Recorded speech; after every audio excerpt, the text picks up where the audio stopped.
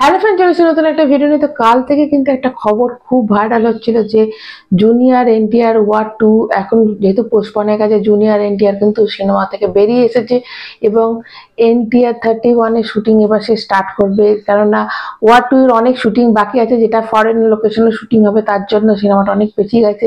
14ই August release করার কথা ছিল, সেই সিনেমাটা সেদিন রিলিজ হবে না, এরকম করে একটা রিউমার উঠেছিল এবং সেই রিউমারটা এতটাই স্ট্রং, এতটাই উঠেছে যে মেকারসদের কাছে খবর পৌঁছে গেছে। এবং ওয়ার 2 এর যে ডায়লগ রাইটার মানে আব্বাস যে ডায়লগ রাইটার, তো তিনি বলেছেন আর কি যে না, শুটিং একদমই কোথাও আটকায়নি, যেরকম শুটিং হওয়ার সেরকমই শুটিং হচ্ছে এবং একদমই 14ই আগস্ট কিন্তু রিলিজ করবে, এরকমটা বলে দিয়েছে।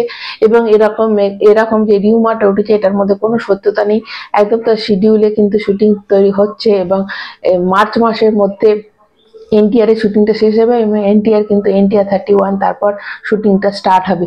এবার যে গল্পটা হচ্ছে, তোমরা অনেকেই জানো যে এই ওয়াইআরএফ এর যে স্পাই ইউনিভার্সে যে সিনেমাগুলো অনেকটা একই রকম হয়, কিন্তু এর ভিজুয়ালাইজেশনটা আলাদা হয়। তো এখানেও এই সিনেমাটা এটাই আলাদা যে ভিজুয়ালাইজেশন আলাদা এটার। তো মানে যে গ্রাফিক্সের প্রচুর ভালো কাজ আছে এবং সিজিআই গ্রাফিক্সের যে কাজটা আছে, তো খুব ওখানেই কিন্তু অন্য সিনেমার থেকে এটাকে আলাদা করেছে। তাছাড়া এই ডান্স, অবশ্যই দুজন অ্যাক্টরের ডান্স আছে, এদের অভিনয় আছে, সেইগুলোকে এটা আলাদা করছে। তো গল্পটা হচ্ছে এরকম যে ওয়াইআরএফ এর যে স্পাই ইউনিভার্স, তাদের সিনেমাগুলো অনেকটা একই রকম হয়, কিন্তু এর যে সিজিআই এবং যে ভিএফএক্স এর কাজ, এটাই কিন্তু অন্য সিনেমা থেকে এটাকে আলাদা করে। তো এখানেও কিন্তু ভিএফএক্স এর কাজ এবং অবশ্যই তার সাথে ডান্স আছে, এনটিআর এবং ঋত্বিকের ডান্স আছে, তাদের অভিনয় আছে অবশ্যই। এবং এই গল্পটা ভিজুয়ালাইজেশনই আগের সিনেমাগুলো থেকে এটা আলাদা। দেখো, এখানে র এজেন্ট হয়েছে জুনিয়র এনটিআর, তারপর তার সাথে কিছু একটা খারাপ হয় যে সে পুরো ভারতবাসীর উপর, সেই নিজের দেশের উপর রাগ হয় এবং বদলা নিতে যায়, যেটা অনেকটা পাঠানো ওরকমই তাই কিন্তু হয়েছিল। তো এইবার হচ্ছে কবির সিং তাকে আটকাবে কি করে, সেটা নিয়ে হচ্ছে এই সিনেমাটা। এবং যেটা শোনা গেছে যে ওয়াইআরএফ এর যে মেন ভিলেন সে কিন্তু এনটিআরই হতে চলেছে।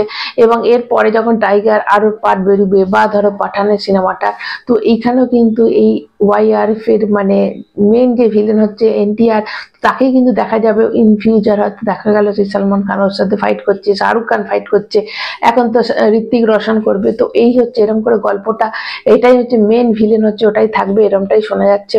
দেখো, টাইগার 3 শেষে তোমরা যখন ঋত্বিক রোশনকে আমরা যখন দেখতে পেয়েছিলাম, তখন ওখানে গল্পটা এরকম করে সাজিয়েছিল যে ঋত্বিক রোশনকে বলা হচ্ছে যে টাইগার 3-তে ঋত্বিক রোশনকে বলা হচ্ছে যে এমন একজন ভিলেন আছে, তার জন্য তুমি নিজেকে তৈরি করো। তো সেই ভিলেনটা আর কেউ নয়, সেটা হচ্ছে এনটিআর। এবং এই এনটিআর কিন্তু পরবর্তী যত সিনেমা আসবে ওয়াইআরএফ এর স্পাই ইউনিভার্সের তরফ থেকে, তো সেখানে সেটা পাঠান বলো বা টাইগার বলো, তো সেখানে কিন্তু মেন ভিলেন হবে, এরমটাই শোনা যাচ্ছে। তো কারা কারা শুনে এক্সাইটেড এবং তোমরা ফার্স্ট ডে কারা দেখতে যাচ্ছে ওয়ার 2 নিয়ে, তোমরা কতটা এক্সাইটেড অবশ্যই কমেন্ট করে জানাবে। ভালো লাগলে একটা লাইক দেবে, চ্যানেলটা সাবস্ক্রাইব করবে। সবাই সুস্থ থাকবে, এখন টাটা।